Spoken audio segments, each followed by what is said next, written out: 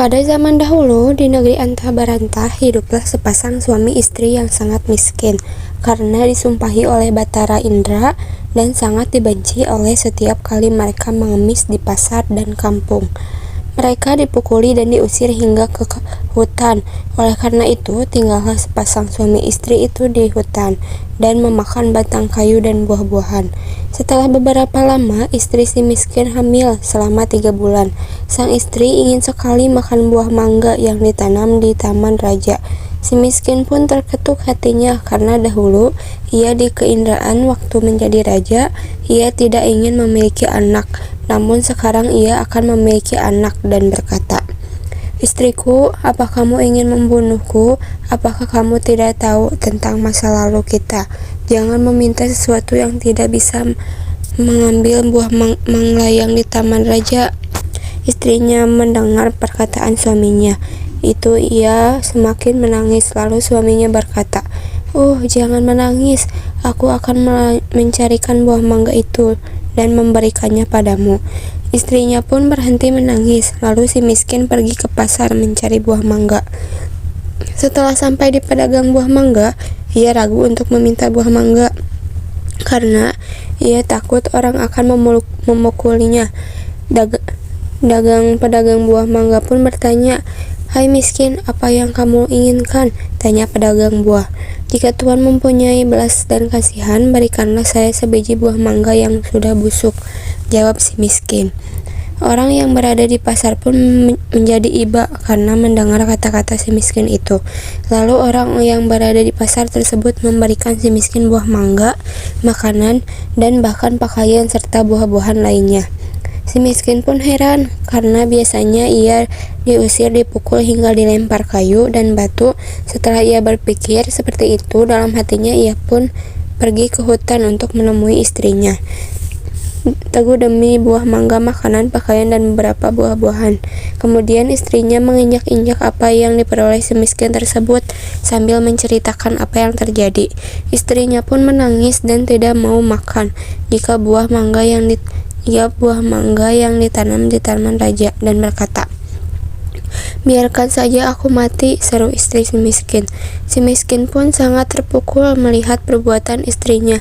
Kemudian ia pergi menghadap Maharaja Indradewa yang saat itu sedang mengadakan pertemuan raja.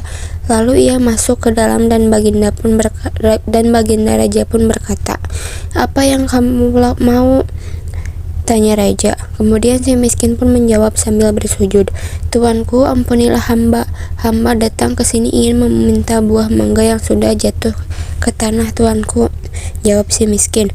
"Apa yang ingin kau lakukan dengan buah mangga itu?" tanya raja. "Untuk dimakan, tuanku," jawab si miskin. "Pengawalku, tolong ambillah setangkai buah mangga untuk si miskin ini," seru raja. Kemudian diambillah buah mangga tersebut untuk si miskin yang sedang sujud kepada baginda raja. Setelah itu si miskin pun berjalan pulang ke rumahnya. Setelah dilihat oleh sang istri akan si miskin datang membawa setangkai buah mangga, ia pun tertawa senang sambil memakan buah mangga tersebut. 3 bulan kemudian sang istri menangis ingin makan buah mangga yang ditanam di taman raja. Dengan cara yang sama, si miskin pun mendapatkan buah nangka yang ditanam di taman raja untuk istrinya yang sedang mengidam itu.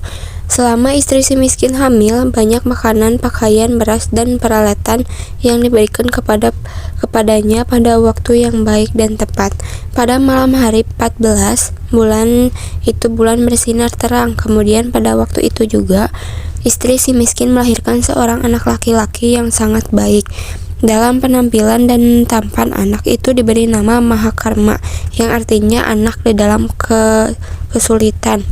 Dengan takdir Allah Subhanahu wa Ta'ala, melimpahlah kepada hambanya si miskin pun menggali tanah untuk membuat tempat tinggal untuk keluarganya. Ketika ia menggali tanah untuk menancapkan tiang, ia menemukan telaju besar yang berisi banyak emas. Istrinya pun datang dan berkata, "Emas ini tidak akan habis sampai anak cucu kita, suamiku," seru istri si miskin. Ia pun menjadi kaya dan membeli barang-barang kebutuhannya, seperti kendi, pelana, kuda, keris, dan sebagainya.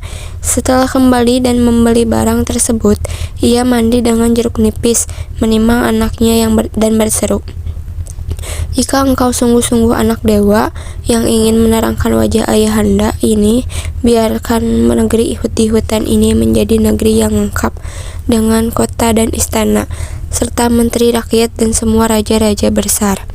Terkabulnya permintaan itu dan si miskin menjadi raja dan berganti nama dengan Maharaja Indra Angkasa, dan istrinya berganti nama menjadi Ratna Dewi, dan negeri itu dinamakan Puspasari.